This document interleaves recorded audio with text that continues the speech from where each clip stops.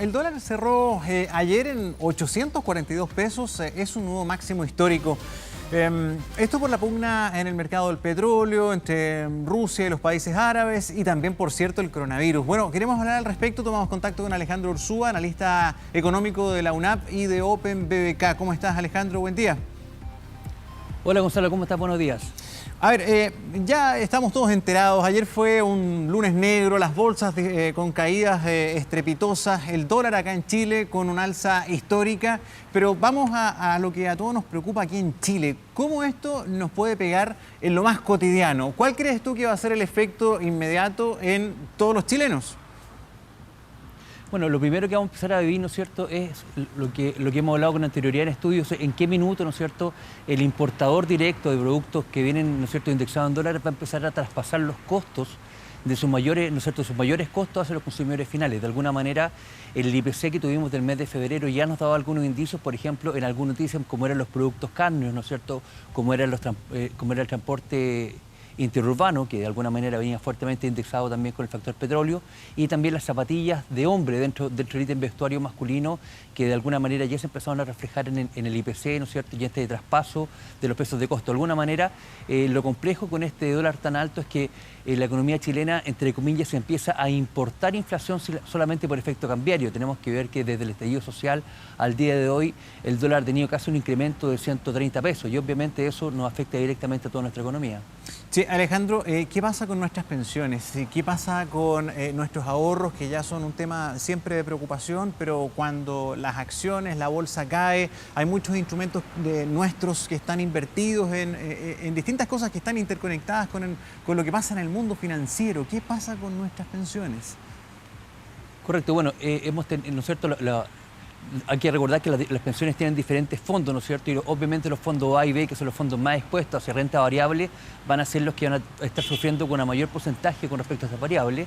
Y deberíamos esperar, ¿no es cierto?, que se contraigan esos fondos durante el próximo mes, lamentablemente como consecuencia de esto. A ver, lo que hemos vivido hoy día, Gonzalo, simplemente es la tormenta perfecta. Tenemos en términos cambiarios en Chile, se podría decir, por un lado, en variables, ¿no es cierto?, en el mercado externo, tenemos a causa del coronavirus, ¿no es cierto?, la OPEP trató de ponerse de acuerdo en bajar la productividad de miles de millones de barriles de petróleo, lo cual con Rusia no llegaban a acuerdos, se generó que se desencadenó, ¿no es cierto?, esta pugna de petróleo, que a la larga lo que hizo fue dejar aún más nerviosos los mercados y darse cuenta también y asumir una serie de medidas bastante icónicas que se habían tomado en el mundo con efecto coronavirus, que de alguna manera mostraban cómo la economía mundial, ¿no es cierto?, entre comillas, se empieza paulatinamente a paralizar por el efecto del coronavirus. La suspensión de Indian Wells en Estados Unidos, un hecho emblemático. Tenemos la suspensión de actividades deportivas por el Comité Olímpico de Italia también hasta la primera semana del mes de abril.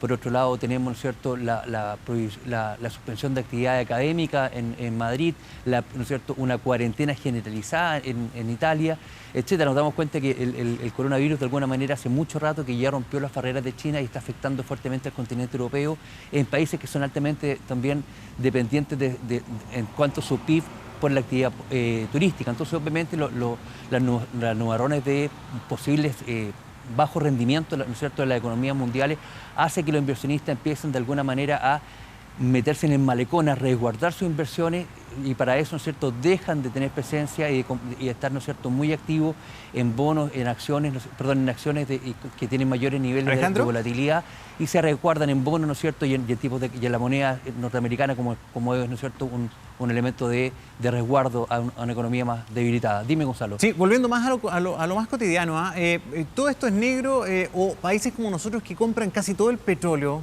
todo el combustible lo compramos nosotros. O sea, a ver, para mirar un poco el vaso medio lleno, hay países que están mucho peor que nosotros. Argentina, que está con una crisis financiera atroz, está ultra endeudado, además ellos son productores de petróleo, a ellos sí les afecta más. Venezuela, ¿para qué decir? En fin, pero nosotros lo compramos todo. Lo único bueno de todo este panorama es que nos podría seguir bajando el precio de los combustibles, por ejemplo.